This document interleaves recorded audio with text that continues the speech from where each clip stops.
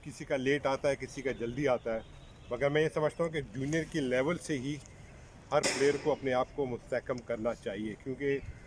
और एक ड्रीम बनाना चाहिए, एक विज़न लेके चलना चाहिए कि आपने कहाँ पहुँचना है और क्या क्या करना है। I started my career,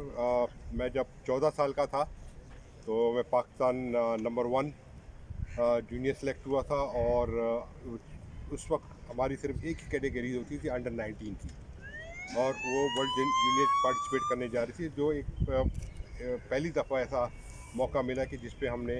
Sweden और इंग्लैंड का दौरा था। और उसी के तहत मुझे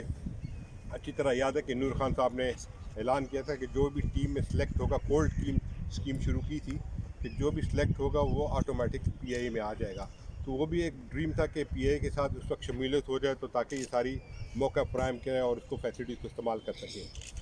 जब वो मौका मिला तो ऑब्वियसली फिर मैंने वर्ल्ड जूनियर को फाइनल खेला एज ऑफ 14 में और अंडर 19 के लिए। और उसके बाद मेरा इत्तफाक ये हुआ कि फिर जो एक मुझे एक स्टैंडर्ड नज़र आया उस वक्त कि दुनिया में वर्ल्ड जूनियर का क्या स्टैंडर्ड है, तो ऑब्वियसली जब मैं नंबर 2 पे आया था तो उस वक्त मैंने ये तय किया था कि इंशाल्लाह next year I will do more better. तो उसके बाद 15 साल की उम्र में मैंने जब दोबारा अपनी ट्रेनिंग वगैरह की,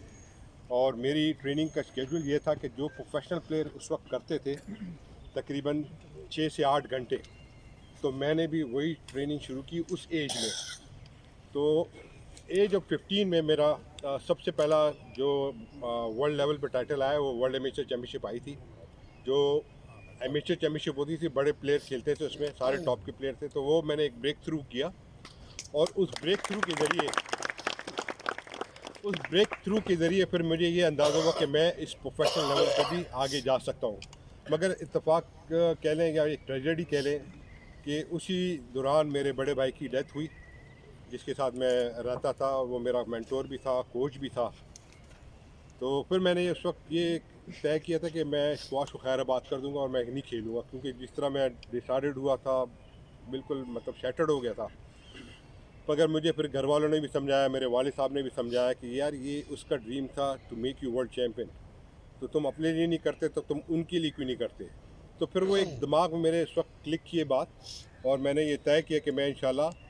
ये टाइटल लेकर आऊँगा, पाकिस्तान के लिए भी और अपनी फैमिली के लिए भी और उसके लिए भी। और एज ऑफ 15 में जब मैंने ट्रेनिंग शुरू की तो बहुत से लोग मुझे कहते थे कि ये पागल हो गया है, किस लेवल पर मैं ट्रेनिंग कर रहा था, क्योंकि मेरा ये ड्रीम था कि मैंने फिर जूनियर नहीं खेली। एट एज ऑफ 14 के बाद मैंने खैराबाद कह दिया जूनियर को, क्योंकि मेरा लेवल उनके साथ नहीं मिलता था, और मैंने कहा प्रोफेशनल लेवल में खेलूँगा।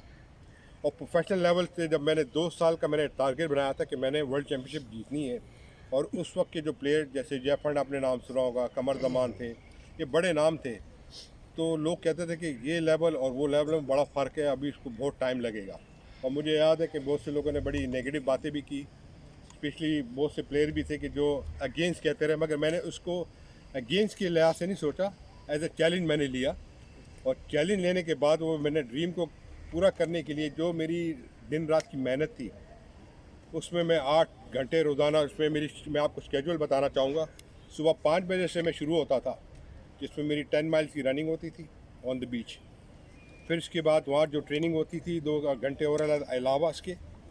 फिर मैं 4 से 5 घंटे स्क्वाश खेलता था, one after the other players के साथ, कोच के साथ ट्रेनिंग, जिम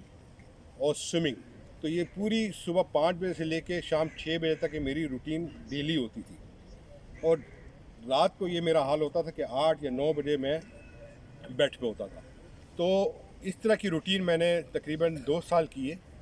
और 2 साल के बाद मेरा रिज़ल्ट वही आया जो मैं चाह रहा था। I became